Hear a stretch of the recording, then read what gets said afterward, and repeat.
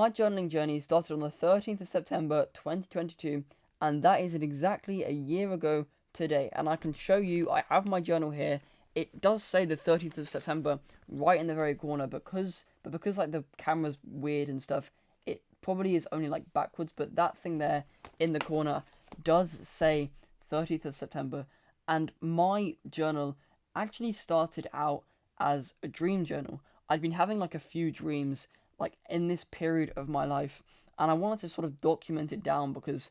I found that these dreams were like really weird and cryptic, and I wanted to maybe find out exactly what they meant. And I think the dream that sort of kicked it off is that I was in school and something happened, and like it was quite like an action packed dream. And then when I went into school the next day, I ended up asking a few of the people that were like in my dream if anything sort of like matched up from real life to the dream or whatever. And it sounds weird, but then when I went home that day, I ended up writing about what I could remember from my dream inside of this new, like, inside of this notebook, this exact notebook. And yeah, then I ended up pretty much journaling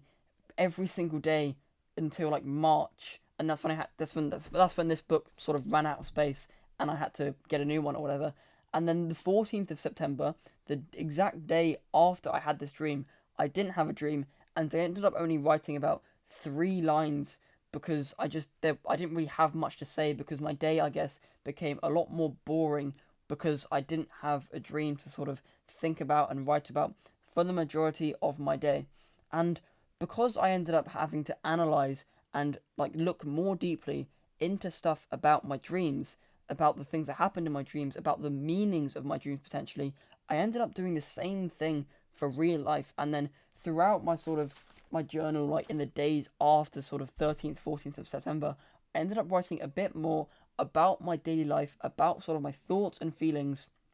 like of things that happened during the day. And I think this all really started because I started analyzing my dreams more deeply, and this sort of reflected on how well I was able to analyze my real life. I ended up analyzing my real life a lot more deeply than what I actually like was able to do before I started journaling on the 13th of September. And I think that's like a good-ish skill to have, just to be able to analyze the things that happen in your life and see how you feel about those things, about those events and whatnot. And I read through this journal quite recently, and there were a few things in there that I thought I would talk about that may be of somewhat of interest to you. Now, before this 13th of September, I'd been going to the gym for like the entirety of the 6 week period in the summer, and when it came back to like going to school, I didn't really have the time to anymore. And this meant that from the 13th of September to like somewhat, I think, November, December-ish,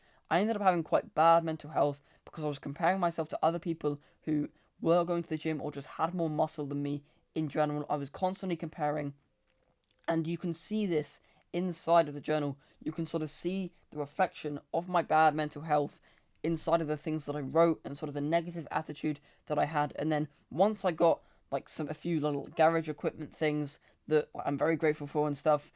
I ended up having so much better mental health. And while the things that I end up saying inside of the journal like cringe, they're sort of quite positive, you can really see the sort of change in my mental health from this like 13th of September to November period, and then going on to December and like beyond. Because since then, from December to the end of this journal, I am so much more positive, and I seem to just not be so like negative in the things that I say in my journal, and I start to actually write more things that I'm grateful for inside of this journal. Because while this didn't start off as a gratitude journal, I ended up writing a few things down, maybe like once a week or something, that I was grateful for inside of my journal. And I just talk about this sort of as and when something in my day happened that was to do with something I was grateful for, I then write that, oh yeah, I'm very grateful for this happening, or I'm very grateful for this thing because it helped me do this,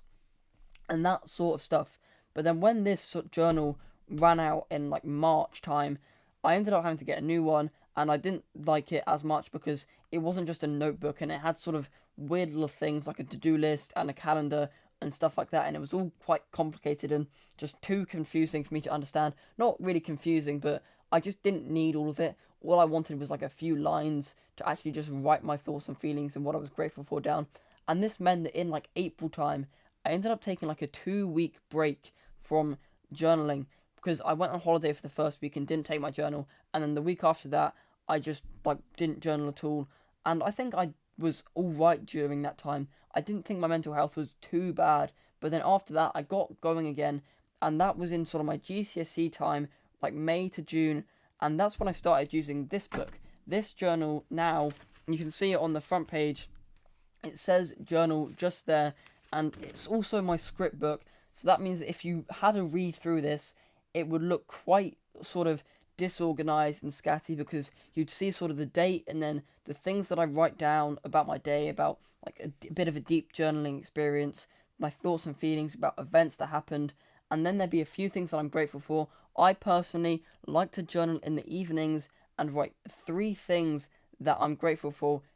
like throughout the course of the day in the evening, and that means that when I go to sleep I end up feeling so much better, because I end up just like not having anything to worry about when I go to sleep, and I'm not dwelling on any thoughts, and it just means that I have a much better experience and I can fall asleep a lot quicker. So maybe journaling in the evening is something that you can consider. But yeah, as I said, this book is now incredibly like quite scatty, it's quite disorganized, and if you read through it, you'd see like periods of me doing a lot of journaling, deep journaling, gratitude journaling, and then there'd just be like a few titles or a few video titles, and then like a little script under it, just a few bullet points and stuff. That's all I ever really use. And then there'll be like a few 5, 6, 7 videos that are scripted, and then I'll go back to journaling again, and it's quite scatty and disorganized. But personally, that's how my brain's just always worked as a person, and I'm personally fine with that. But this book has nearly come to an end, and it's an old school book that I ripped out the pages that like I would do schoolwork in, and had schoolwork on it already, because I finished this school where this school book came from. So realistically, that's okay, because I don't need it anymore and I could use it as a journal. And I guess I'll probably end up using another school book that I'd never really used or whatever for my next journal. So yeah, I hope you found value about this video, and I hope you now maybe understand a bit more about journaling and like the importance of gratitude journaling, because gratitude journaling and deep journaling are something that are incredibly beneficial for your mental health. Being grateful and thankful for things can transform your life in so many ways that you may not even think imaginable. Being grateful for things just 3 times a day will make you, not 3 times a day, but 3 things per day will make you much more happier of a person, like after a month or so of doing gratitude journaling, compared to where you were before. And deep journaling, personally for me, it's quite a fun experience to just talk about my thoughts and feelings and the events that happened. And yeah, maybe I'm weird, maybe that's just me, but I've always been weird. But yeah, I also recommend subscribing, because I like this community of young tribal people who are willing to improve themselves so much more than they already have. And good luck.